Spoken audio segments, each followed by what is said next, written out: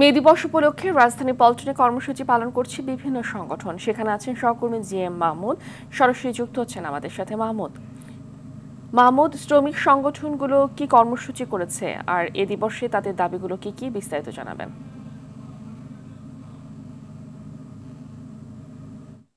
ফাহমিদা, আমি এই পল্টন এলাকা থেকে যুক্ত হয়েছে। আসলে এখানে সকাল থেকেই শ্রমিকরা কিন্তু তাদের বিভিন্ন ব্যানার ফেস্টুন নিয়ে জড়ো হচ্ছেন। আসলে এই পহেলা মে কিন্তু শ্রমিকদের ন্যায্য অধিকার আদায়ের যে দিবস, সেই দিবস হিসেবে পালিত হয়ে থাকে। শ্রমিকরা কিন্তু সকাল থেকেই এই পল্টন এলাকায় জড়ো হচ্ছেন এবং তাদের বিভিন্ন দাবির কথা তুলে ধরছেন। বিশেষ করে তাদের যে শ্রমিক অধিকার, এটি যেন ঠিকমতো পালিত হয় এবং শ্রমিক কল্যাণ যেন আসলে নিশ্চিত হয়, সেই দাবি নিয়েই তারা এসেছেন। একই সাথে তারা কিন্তু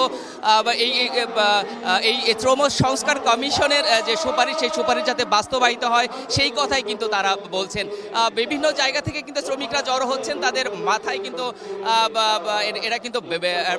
এরা কিন্তু ব্যান্ড বেঁধে, কেউ কেউ ক্যাপ পরে, আবার অনেকে কিন্তু ব্যানার ফেস্টুন এবং পতাকা নিয়েও এসেছেন।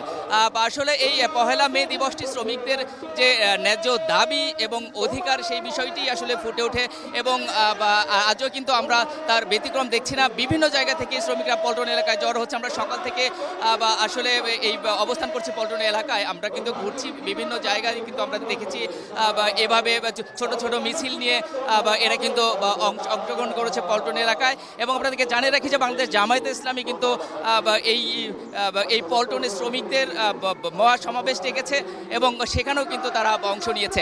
একই সাথে আপনাকে জানিয়ে রাখি যে এই শ্রম ভবনের সামনেও কিন্তু শ্রমিকরা জড়ো হয়েছেন এবং তাদের যে দাবি দেওয়া সেগুলো কিন্তু তুলে ধরছেন। আমরা কিন্তু এমন তথ্য পেয়েছি। এই মুহূর্তে দেখছেন পল্টন এলাকা পুরোটাই শ্রমিকরা আসলে তাদের যে উপস্থিতি সেটি কিন্তু জানান দিচ্ছে এবং তাদের যে ন্যায্য অধিকার এবং বিভিন্ন পাওনার কথা তারা কিন্তু তুলে ধরছেন। বিশেষ করে শ্রম কল্যাণ যেন নিশ্চিত হয়, সেই বিষয়টি তারা বারবার আসলে তুলে ধরছেন। আমরা তাদের সাথে কথা বলেছি।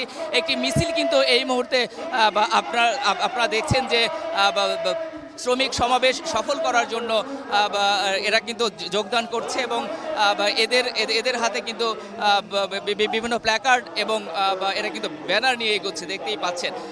আসলে এই যে এই শ্রমিক দিবস, এটি কিন্তু শ্রমিকদের আসলে ন্যায্য অধিকারের কথাই বলে এবং এদের যে বিভিন্ন দাবি, সেই দাবির বিষয়টি তারা তুলে ধরে। এই দিনটি আসলে এই দিনটি কিন্তু সারা বিশ্বের সাথে বাংলাদেশে পালিত হয় এবং আসলে এই শ্রমিকদের অধিকার নিয়েই কিন্তু এই দিবসটির বিভিন্ন আয়োজন এবং কর্মসূচি পালিত হয়ে থাকে। পল্টন এলাকা থেকে এই মুহূর্তের অবস্থা জানাচ্ছিলাম। ফাহমিদা, ধন্যবাদ।